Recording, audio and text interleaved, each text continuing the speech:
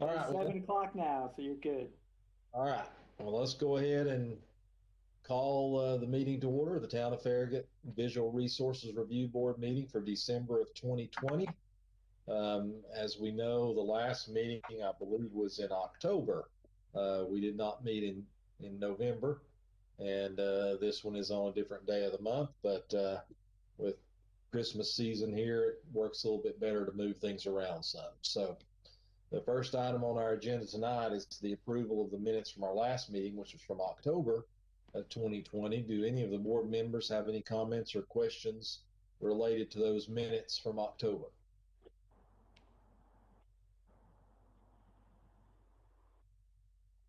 All right, not hearing anything. Does the board member have a motion? Motion to approve. We have a motion to approve by Ms. Hollyfield. Do we have a second? I'll second. We have a second by Ms. Moore. And then I guess we should do a roll call vote there. Sure. Of the Okay. Mr. Armstrong, Yes. Ms. Holyfield, Yes. Mr. Lehman, Yes. Ms. Moore, Yes. or Alderman Pinchot, Yes. Mr. Wright. Yes. Okay. So minutes from October 27th passed as written. Okay. We'll move on down to the ground-mounted sign applications. Again, we'll follow the same sequence for reviewing items as we have followed throughout the time we've been on virtual. So the first item in our ground-mounted sign applications is the Knoxville Christian School ground-mounted sign Reface at 11549 Snyder Road. And with that, I'll turn it over to staff for comments. Okay. This is a pretty simple refacing project. They're changing out their existing sign. It's an existing ground-mounted sign at their facility on Snyder. The sign is currently unlit, and they don't plan on adding any lighting to the sign. It complies with our standards. It's really just a reface again of the existing sign. They have submitted a simple landscaping plan for it as well. There's already rock around part of it, and obviously it sits in a lawn. They didn't have any shrubs, so we asked them to add them. So they are, and they're adding 4 sweet spire. So the permit application is complete, and it meets our standards. All right, so per our sequence, I'll go through each board member and see if you have any questions or comments for staff. So I'll start with Mr. Armstrong. No comment. All right, Mr. Wright. No comment here. All right, Ms. Moore. No comments or questions. Okay, it's a little hard to hear you, Brittany. So Okay. Yeah, no comments or questions.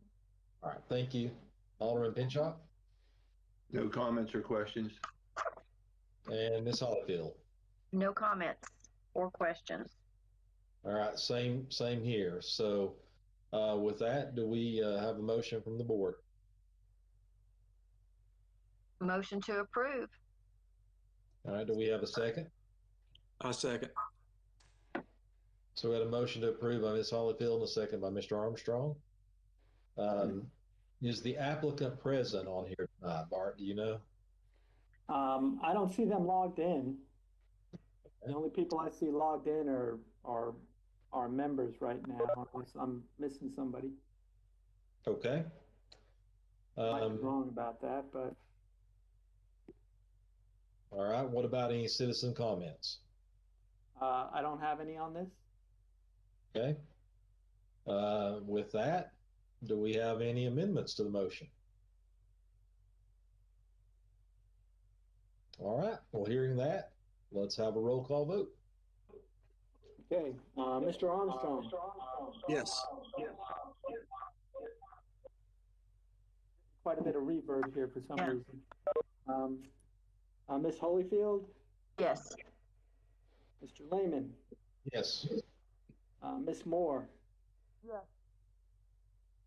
Alderman Pinchuk, Alderman Pinchuk, yes. Mr. Wright. Yes. Okay, the motion passes. Okay. We'll move down the second sign application on the agenda. Marty, having trouble hearing you. Marty, a lot of feedback. Should we mute? It Yeah, you sounds might want to. on there twice. Is anybody on twice by any chance? Okay, are you hearing me better now? Cindy's still not muted.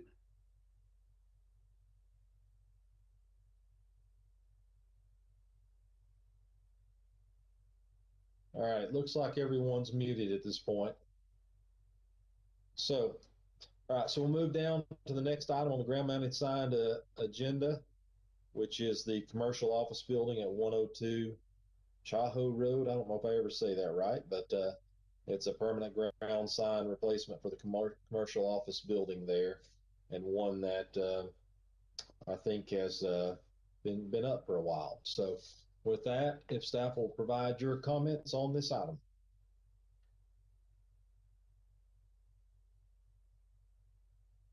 I think you're still on mute there. Okay. And you are correct. This sign was installed without a permit. They're trying to, bring everything into compliance and get a permit for the sign.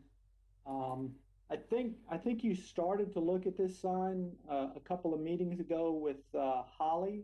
So there's you have to sort of review it. It's an odd sign. It's a tenant panel sign, but those are all printed on a single face. So there's not really three separate tenant panels there. It's one sign face with three separate tenants on it. So you're reviewing it sort of like a tenant panel sign, but it is a little different from the way it's constructed. But they're asking for approval of it. It's not a lit sign, and they're not planning on lighting it. Since I put out the staff memo, they have submitted a landscape plan. So you'll have to decide. I'm sure you've all seen the sign, so whether or not you feel that it's legible. It certainly meets our size requirements and from that standpoint, and it's on an existing structure. So the structure, has existed on that site for quite a while.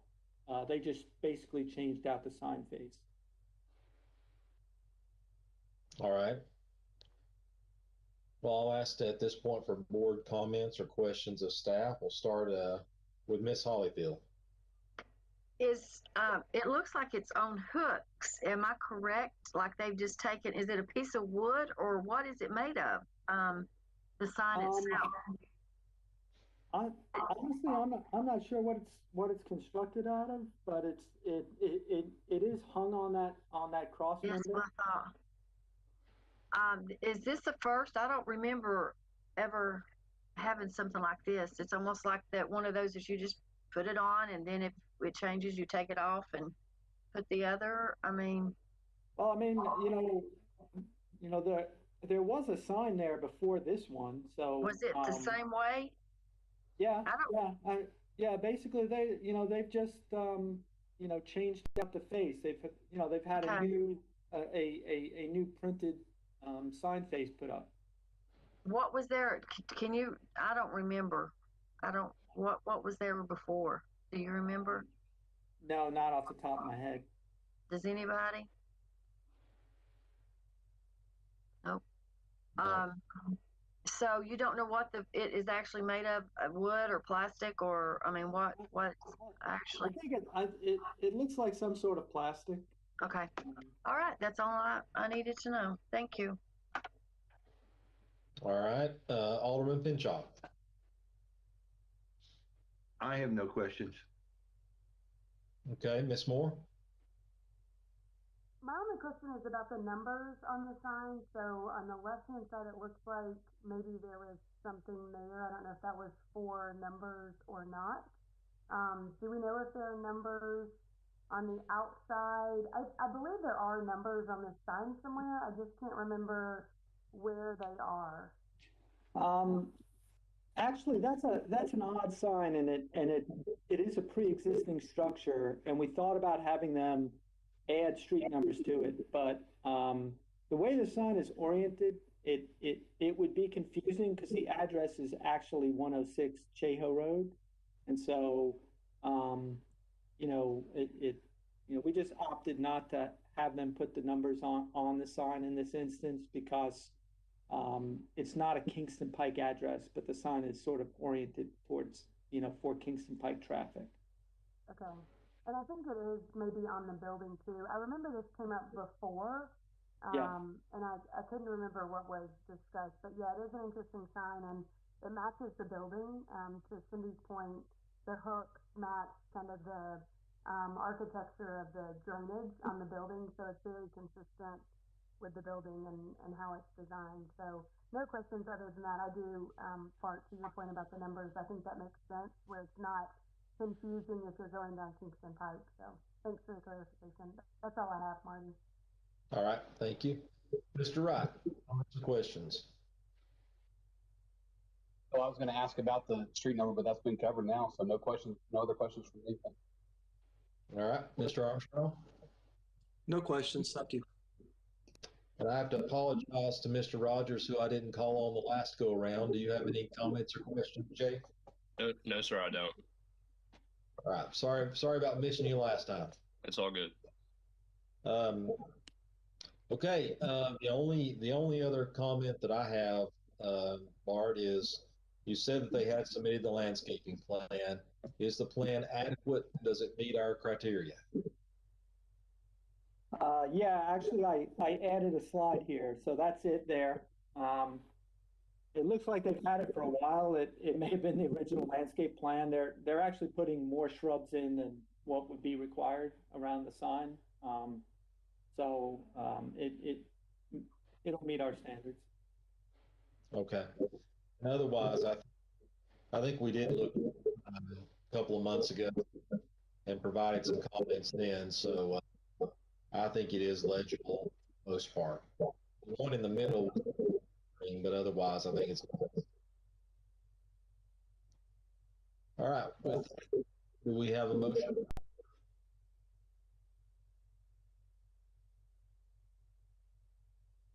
I'll make a motion to approve.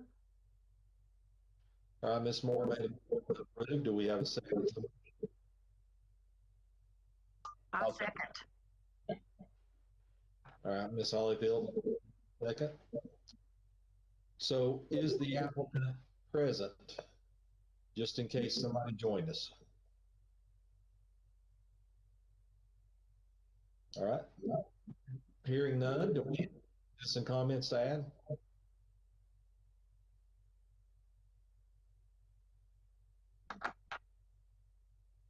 All right, so sounds like there's some comments then. So I suppose there's no amendments to the motion. That's going to be my guess. And with that, I guess it's time for a roll call vote. Okay, Mr. Armstrong, Yes. Ms. Hollyfield, Yes. Mr. Lehman, Yes. Ms. Moore, Yes. Alderman Pinchot, Alderman Pinchot, yes. and Mr. Wright. Yes. Okay, the motion passes. Okay. We're going to move on down to the next item, which is the Faith Promise Church tenant panel on the west end. Again, this one was installed already. So with that, we'll turn it over for that comment.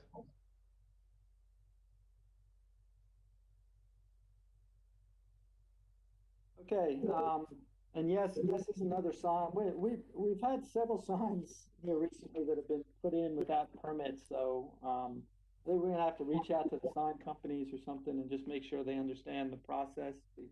But there have been several that have gone in here recently without a permit.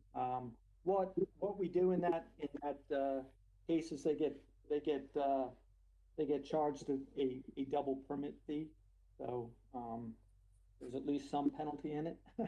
But this is a very large tenant panel that's being located on the large freestanding sign that's pre-existing. It's a grandfathered sign there at West End for the West End development. And let me advance the sign's already on the sign. I'm sure you've seen it driving past it. It's a good looking sign. I mean, at one point they were talking about, I don't know if you remember, but they were talking about trying to split that and have two different tenants on it on that same space. But I guess they opted to just go this route, and it's clearly legible, and staff doesn't see any reason why we can't approve it.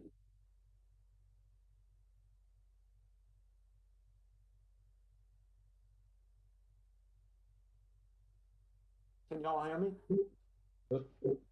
I was on mute that time. All right. Thank you, Bart. We'll go on with board comments and questions and start with Ms. Moore.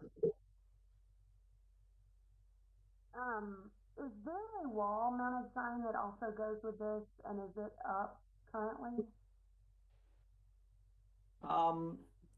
I believe there is, and I think it is.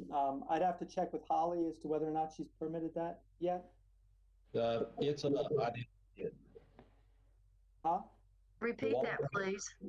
The wall mounted sign is up. I saw it this weekend as I drove.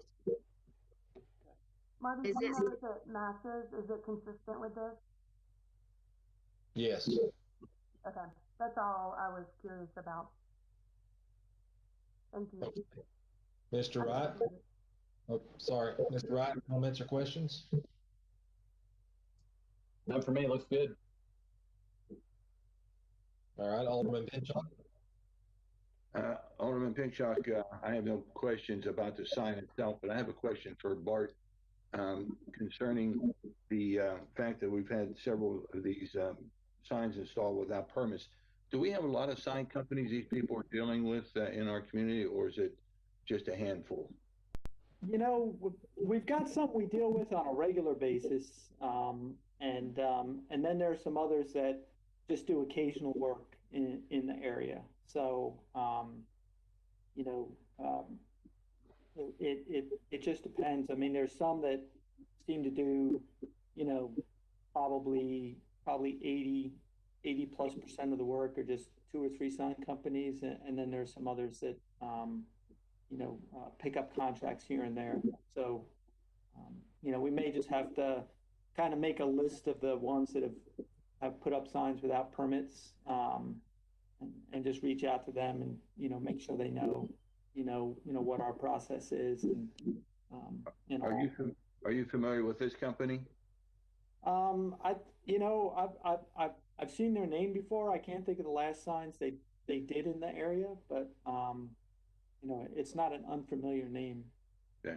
I'm just curious. We need to try to get a handle on this. So if you could reach out to some of these companies that have created this issue for us and talk to them, probably good for us to do that. I have no further questions.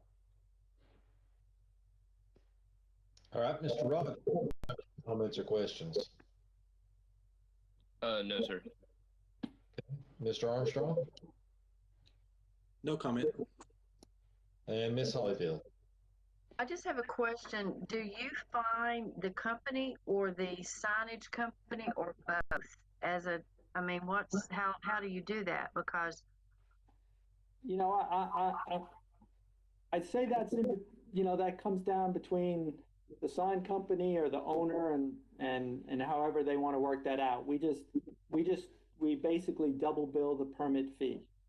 So if the company's paying it, maybe they're being reimbursed by the owner if it was the owner's fault and told them to go ahead and put it up without the permit.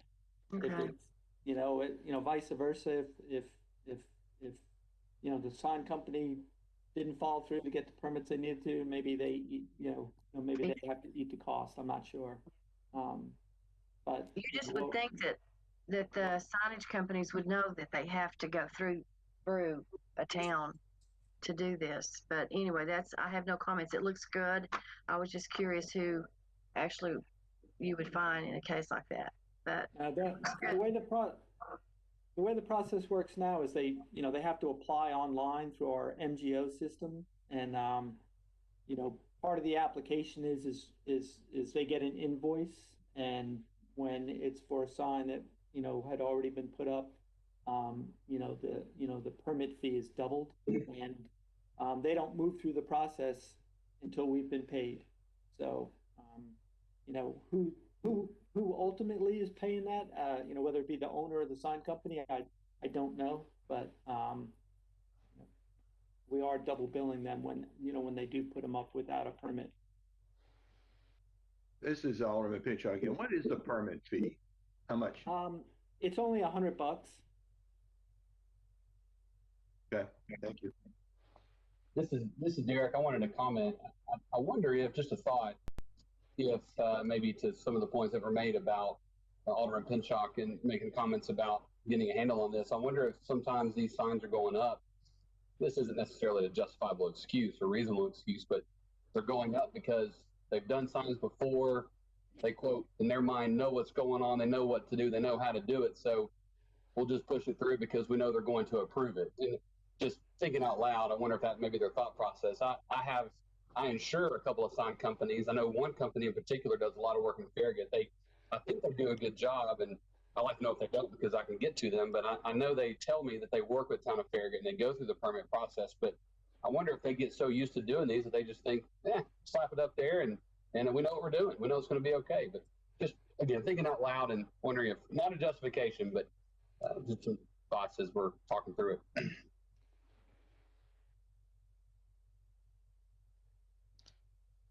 All right, so Ms. Hollyfield, you were the last one that we recognized there. Were you finished with your comments? Oh, yes, I was. Sorry. Yes. All right. I want to make sure.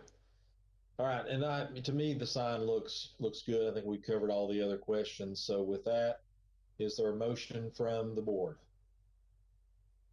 A motion to approve. All right, we have a motion to approve. Do we have a second?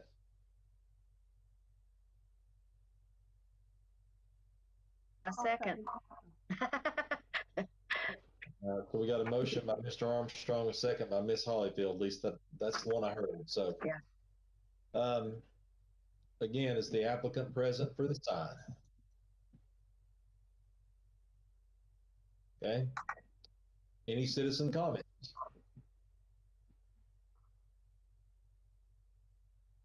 You're on mute, I think. Nope. I don't have any citizen comments. Okay. I will expect again, there's probably not an amendment then to the motion. So it's time for a roll call vote. Okay. Ms. Holyfield? You're on mute. Oh, yes. Okay. Mr. Lehman? Yes. Ms. Moore? Yes. Alderman Pinchot? Yes. Mr. Wright? Yes. Okay, the motion passed. All right. So we'll move down to the last item on the ground-mounted sign agenda, which is McDonald's restaurant. Also, some signs that have been put up ahead of time. This one, as we know, is at 11205 Kingston Pike. Probably everybody knows where this one is. So with that, we'll go for staff comments.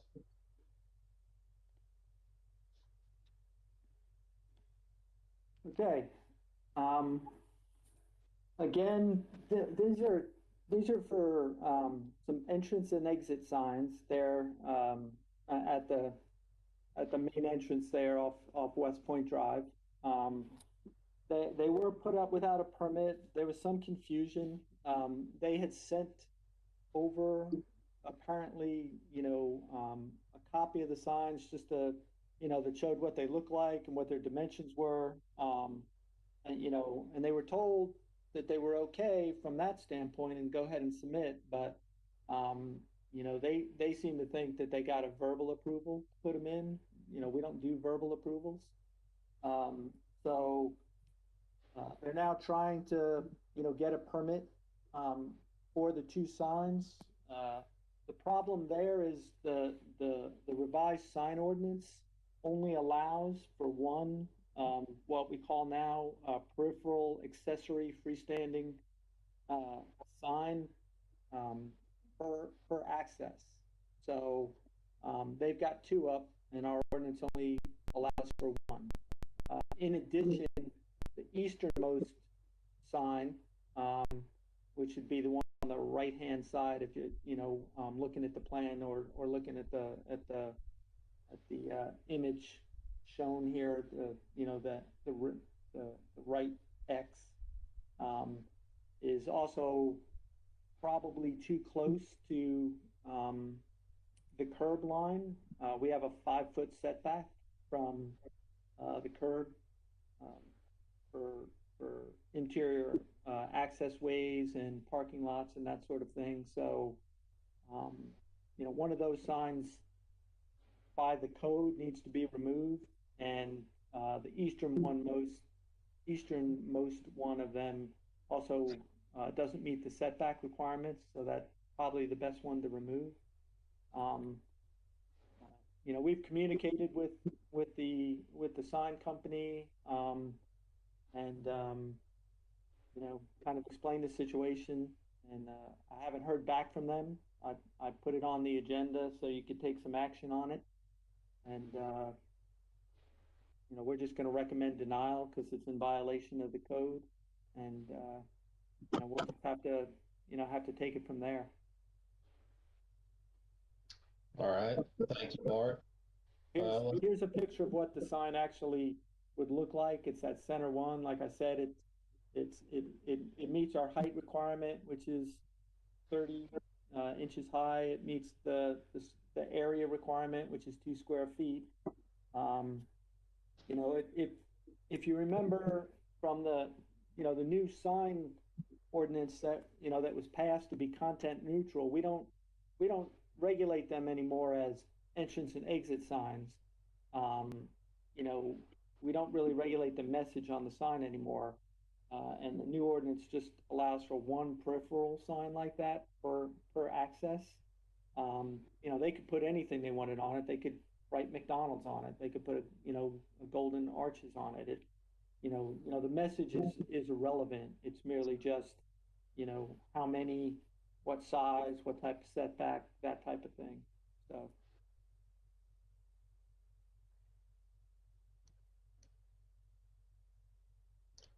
All right, thank you. We'll go through the board for questions and comments, and we'll start with Alderman Pinchot.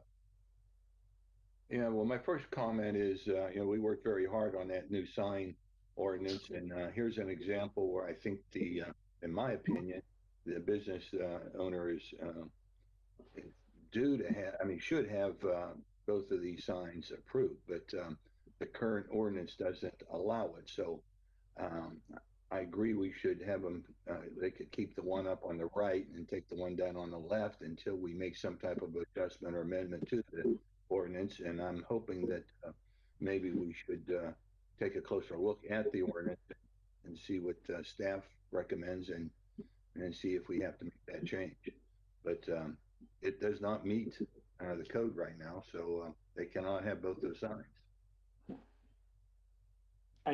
And just as a clarification, Alderman, the one on the left is set back far enough from the access ways. It's the sign there on the right, which would be the easternmost sign, the one that's closest to the entrance to West End,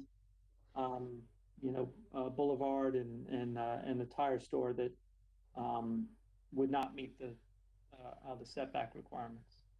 I think the most important sign here is the entrance sign. You don't want anybody going in and going to the left, which I don't think anybody's ever done that, but I Yeah. think the sign on the right's the most important one. My question is, can it be moved to meet the requirements? They could attempt to do that. They would, probably have to push it back into that island. So whether or not it would be as effective, I don't know. But that's something they could certainly look at. The other thing we talked to them about doing is, where the signs are sort of above ground elements, so they could go in there and stripe the entrance better, and also have directional arrows painted on the pavement itself.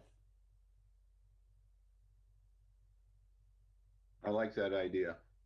I still think and that was expressed to them. So that is an option for them to do to help with traffic flow on the site.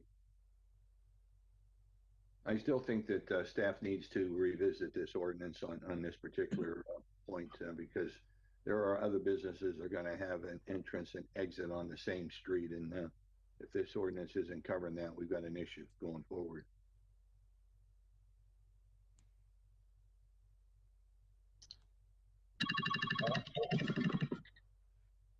I have no further questions. All right, thank you. Ms. Hollyfield, any comments or questions? Okay, so the one does meet the setbacks, correct? The other one does not. Am I correct on that? Okay. I do like your idea, and for many reasons, as far as striping and stuff, because as you get older and your eyes are not that great, those little signs, they're not as effective. But those arrows and the striping on the pavement, I think that's a great idea. So other than that, I just, the one's okay, the other one's not. So thank you. Thank you, Mr. Rogers. Other than what Ms. Hollifield just said about the painting of the stripes, I mean, I think that's a lot more effective than breaking the ordinance. So other than that, no. All right, thank you. Mr. Armstrong. No comments. I think we've covered it. All right, Mr. Wright. Well, of course, agree that if it's out of compliance, then it needs to be removed. Given the amount of traffic and the congestion right there, yes, the striping would be very helpful. I think that's a great idea too. But considering decongestion and how busy it does get right there, I would like to see some conversation around. I think Bart may have mentioned it's already happened, but to try to move it to where that could be an extra help, an extra identifier, just again because of all the flow that goes through there. There's been accidents there I've witnessed before, and unfortunately too often. But so those are just the comments. Nothing really, no action there, but quite wonderful. All right, thank you, Ms. Moore. So I just have a question about the ordinance and the changes that were made to the peripheral signs. I know before the changes, we had directional signs, which went to the content that was on those signs, and obviously went to allow more of the number of those signs that were allowed on site. So I know we had one, probably the most recent, that allowed numbers of those signs was at the First Baptist Concord because of the amount of traffic, and to give direction, especially for the schools, the daycares, the traffic on when church events were going on, et cetera. And, some of the conversations around that were not the content that was on the sign, but to literally help the traffic flow, which obviously is what they're trying to do here, is really just help the flow of traffic with whatever the messaging is on the sign. So my question is what the goal was of limiting the number of these signs with peripheral signs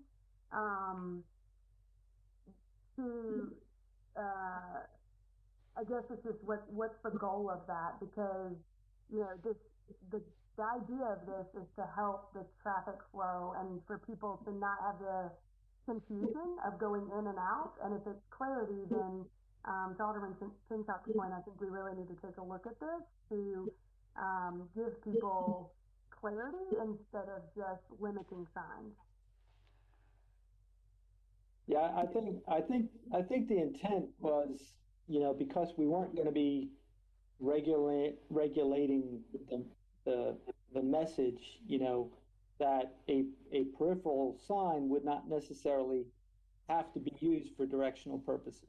They don't have to be enter exit signs or traffic generation signs. They can just be another sign that could have a logo or a color scheme or some sort of branding exercise, that would just be put up on a sign at the periphery of the property. And I think the thought there was, since they're not just going to be directional signs, the committee working on the ordinance wanted to limit, the number and the amount of signage that would be on the periphery of the property. Okay, that makes sense. Yeah, I just agree with everybody else's comments then, and with Alderman Pinchot that we should definitely take a look at that to see how we can help support businesses like this, especially in the congested areas of town, and with possible added congestion in the town center. If maybe it's a exception for businesses that are located in the town center or somewhere to help with that. But yeah, I also agree that the one on the right would probably be more important than the one on the left if they can figure out. Maybe it would make more sense if it was moved back to that island. Maybe it would be more visible to see where the welcome or the direction to go would be. That's all. Thank you. I just want to add a couple things too. I do agree with what Alderman Pinchot said about revisiting that. I also understand how difficult it is, given what you just said, Bart, about the content neutral aspect we're taking, and can't guarantee that it won't be as just an additional sign versus a directional sign. At the same time, this is a parking lot that the way it's even designed, you look at it, you can see the flow of traffic goes toward the right. The way the spaces are angled and everything. So it does have a flow to it that indicates the entrance and exit. But at the same time, I can see where these directional signs could be helpful if they're used in the right purpose. I also agree that putting it on the ground is a good idea as a recommendation. But I had one other question and thought while we were going through this. It seems like Starbucks, do we not have a similar situation with them where we had a couple of different signs along the roadway that became directional? I think that was before this ordinance change. But I feel like they have a couple of signs similar to this there on the same street. Is that your memory, Bart, that they do? I think you're on. Are you? Marty, I want to ask you, I couldn't hear which company were you talking about? That you I was asking about the Starbucks that we did. Oh, yes. Yeah, the Starbucks, they did put up two directionals like that. One of them we actually had to make them move because it didn't meet the setback requirements, and they did move it. That was back, under the older ordinance where they were allowed to have the two directionals. We did also talk to them about they wanted to put a lot more signage in the parking lot to direct traffic, and they weren't able to do that under the old ordinance. So we talked to them about also painting directional arrows on the asphalt. And I don't think they did much of that, but that was an option we gave them. Okay, well, it just came to mind because this is a similar situation where there are two signs on the same street, and I can understand from their point of view, drive down to Starbucks, see them there, and then come back to their site and say and be told they can't. So I hope they understand there's a difference in timing between what ordinance was in effect at the time and convey that as well. But all that said, I think what we have to do tonight is work under the existing ordinance that applies when this sign came before us. And unfortunately, I think the ordinance is pretty clear that what they've done. So that would be the only other comment that I would have on it. So with that, we need to call for a motion of the board members. Have a motion. Marty, this is Robert McPinchuk. You were breaking up and I didn't understand what you were asking for. Okay, I'm sorry. I just said that it was time for a motion. The last comment I made was, unfortunately, if the ordinance when this request was made is one that does not allow this, and we have to apply the standard of the ordinance in effect when the sign was requested. With that, I was just asking for a motion from the board. Hope you were able to understand that. Okay. Thank you.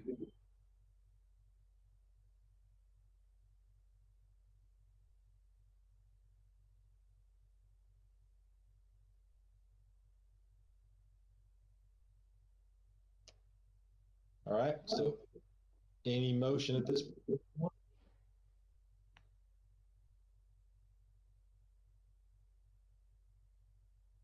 Can we make a motion? Can we make a motion that we accept one sign under the current ordinance?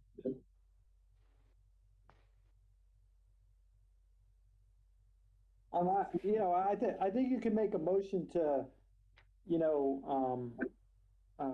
approve the design of it. Sort of the height and the area and the look of it. And then if you want us to work with them on getting the location right, we can. All right, that sounds good. And the second sign they're going to have to take down since we're not approving it. Or I guess apply for a text amendment, Yeah. Is another option they could do. But in the meantime, it would not hurt them if they could to actually pave the directions. I mean, that would help their customers immensely. I guess I really do have one more question then. You said they could apply for a text amendment, of course, of the ordinance, but can they apply for a waiver of the ordinance as written? Not really. I mean, the appeals process that's in the ordinance allows for them to go to the Board of Zoning Appeals, and they can either ask for an administrative review of our interpretation, which I think the ordinance is pretty clear on what is and is not allowed and that sort of thing. They can apply for a variance, but I don't think there'd really be grounds for a variance. And in fact, the variance shall not be granted to allow a larger sign or a sign which otherwise would not be permitted by the chapter.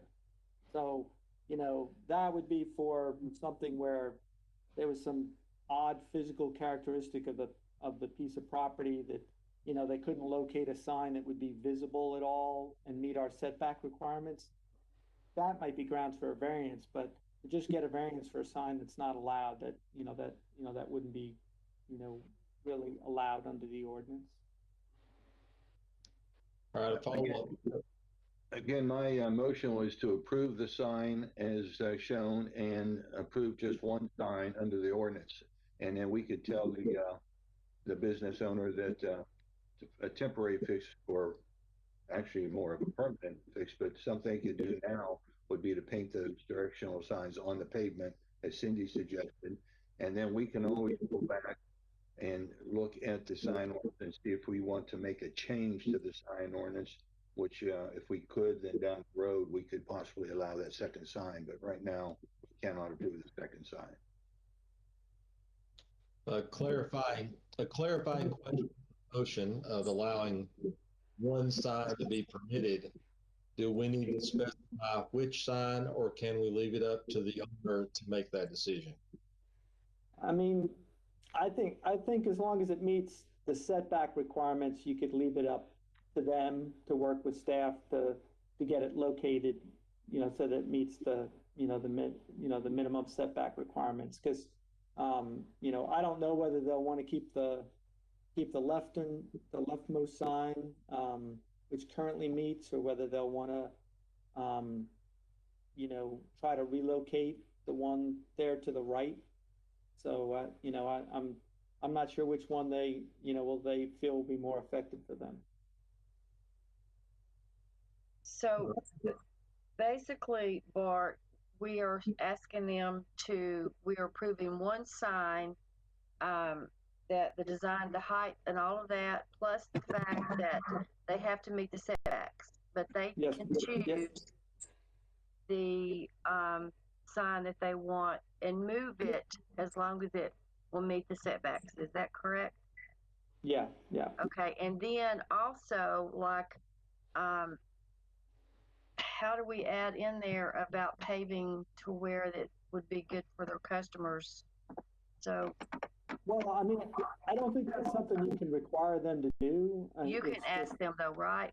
And suggest it. And that's something that I believe we already suggested to them, but if not, I'll certainly reiterate it to them. Yeah.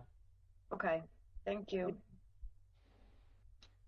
All right, so Alderman Pinchot, I just want to confirm that your motion meets all the things we just discussed. That's what your intent was.